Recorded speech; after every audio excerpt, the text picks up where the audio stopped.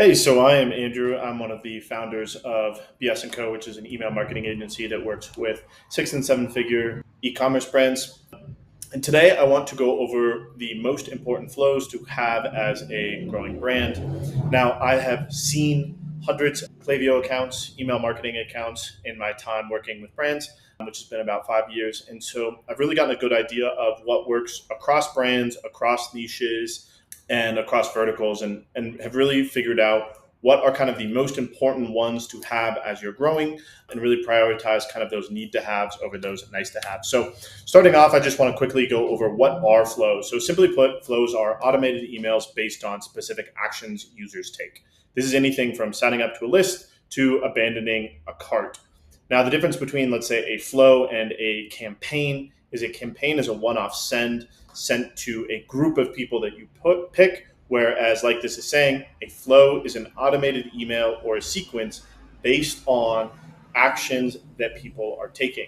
Then once somebody is inside of this flow, you can even get fancier and more advanced and remove people or change what those people receive based on additional actions.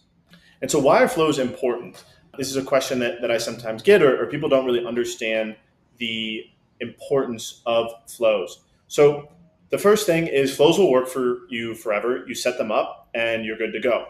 Now, I'm not advocating that you set them up once and you never look at them again, but it is an option. And as a brand that is, growing, the most important thing is that you set them up, because once you do, they are going to continue to send and continue to work for you. Unlike those campaigns that I mentioned earlier that you have to create new every single time, flows will continue to work for you. And that time that you put in the beginning, while it is maybe a heavier lift in the beginning, will continue to pay dividends down the road. So the next point is, as you scale, they help maximize the revenue you drive, even if you're not sending campaigns. So again, this is going back to that fact that once you set them up, they're going to continue to work for you.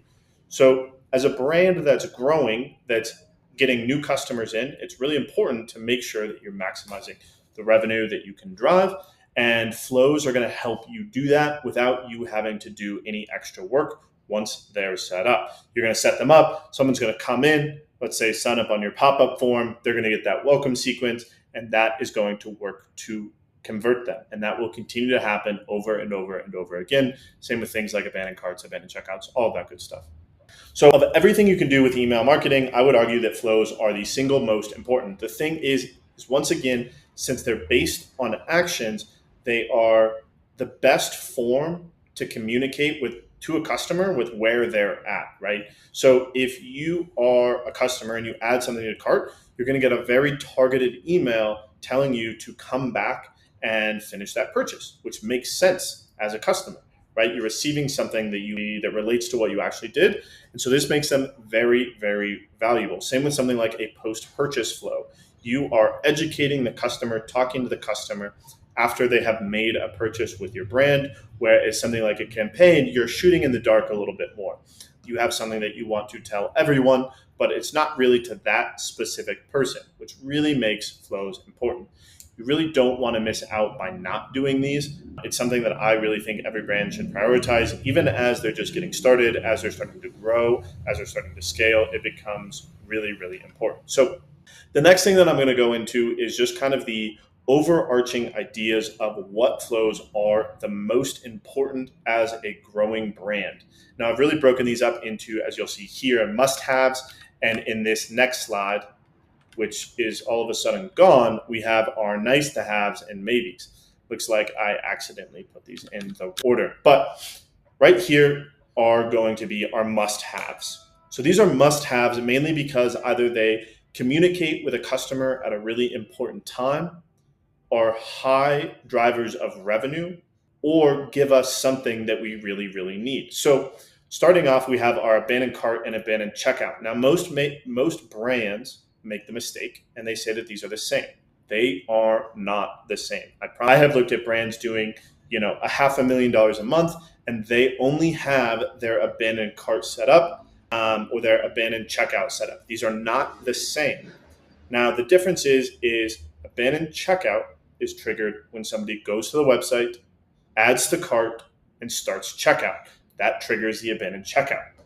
The abandoned cart is when somebody goes to the site, goes to the product, adds to cart, but doesn't start checkout. So if you have one of these and not the other, you're missing a lot of people or you're communicating with them in the wrong way.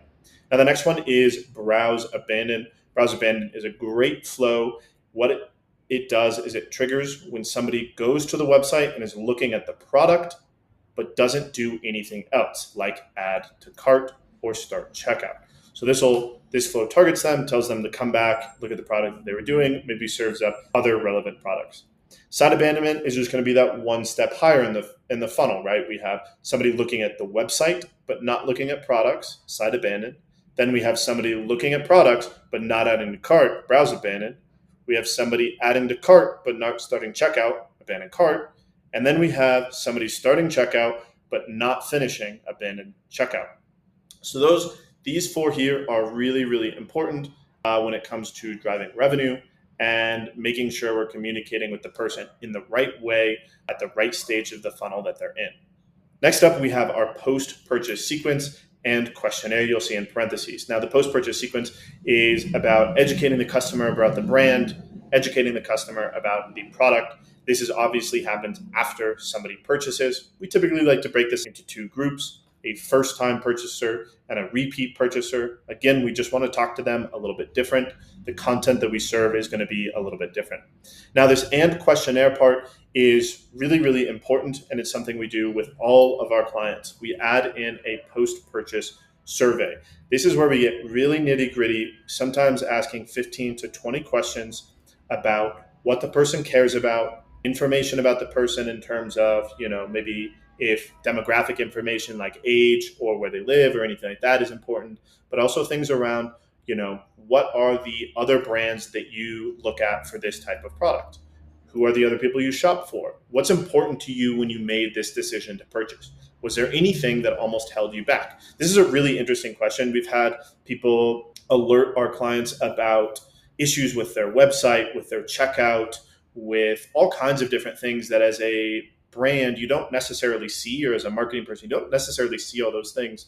But when you have hundreds of people going through your site, they are the ones that are actually experiencing these little things here and there. So that's a really, really, really powerful thing. Even if you don't have a ton of people going through, the sooner that you start and collect some of that information, the better. So review request is relatively simple. This is, you want to start collecting reviews as soon as possible when you start selling your product. So having this set up in the very beginning when you first get going is super, super useful. Can't suggest it enough. Last is our welcome series. Our welcome series is really going to be geared towards getting that first purchase from a customer.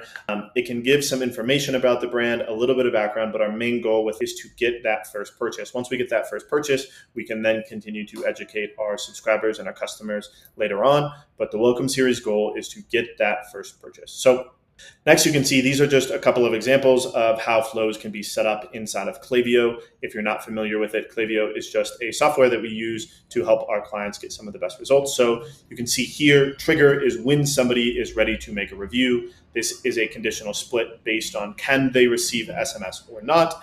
If they can, we send them an SMS. If not, we send them an email. This is for a different brand, but this is just an example of what that review request could look like. This is one of the clothing brands that we've worked with in the past, Eris. And so you can see that this is, we would love to hear from you. And this is going to be a dynamic product block based on whatever product that they were ordering. Then there's a little bit of extra info and making things, look aesthetically pleasing. Now, when you look at something like this, don't feel like you have to make yours perfect or look good, especially for a brand that is just getting going or is starting to grow. Good is better than perfect. Done is better than perfect. So focus on getting these things done and then make them pretty later on.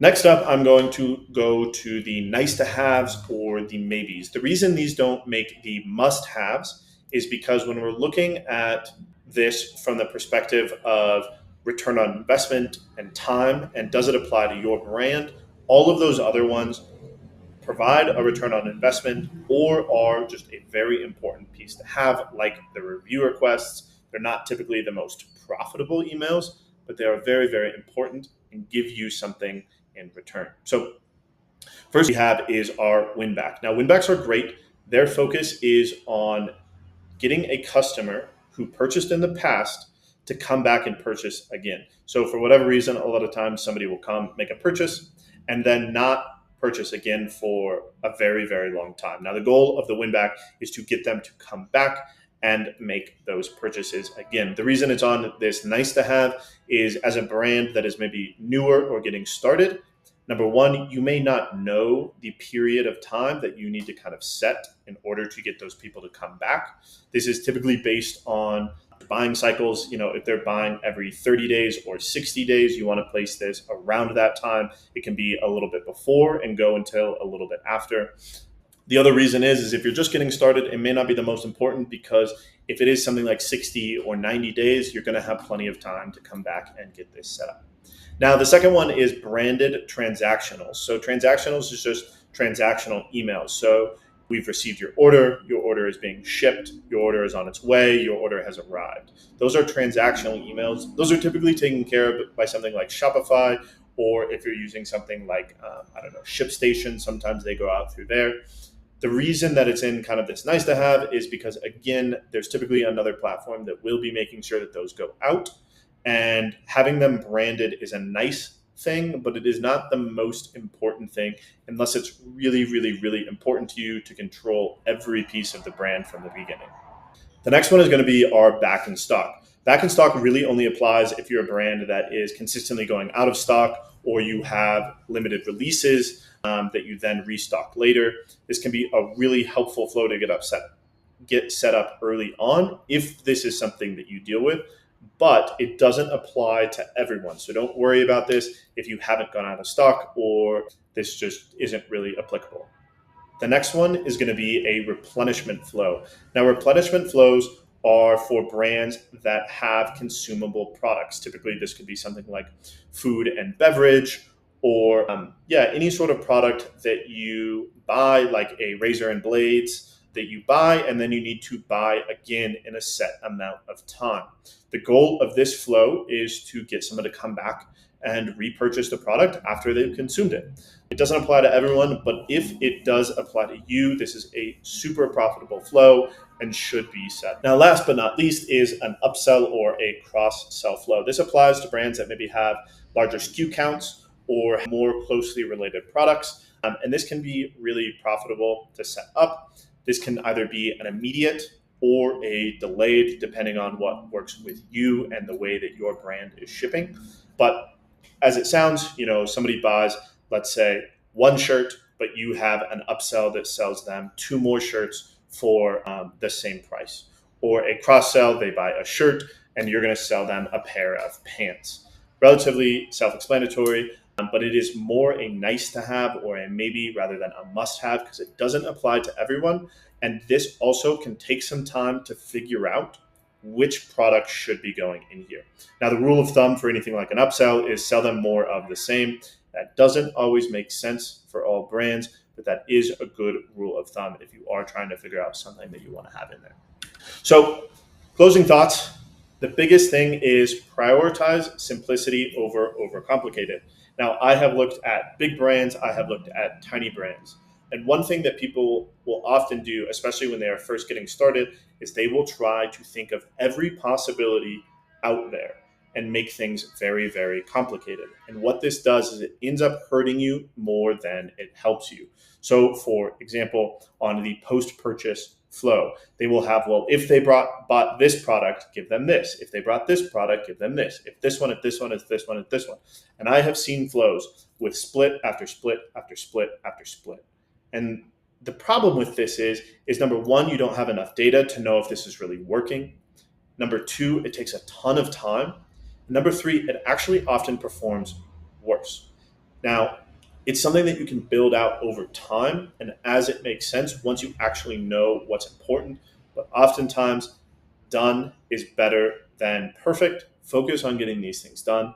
Focus on making them simple, easy to understand, and that enough people can go through to make sure that you are getting the results that you want, the emails are doing what they should be doing, and you're happy with how they're performing.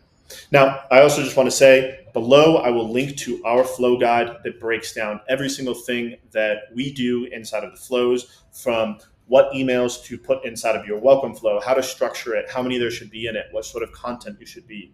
Everything like that, it'll all be linked below. Just drop in your email or just click on the link and you'll be good to go. All right. Thanks for watching. Appreciate your time. Don't forget to like and subscribe, and I will talk to you soon. Bye.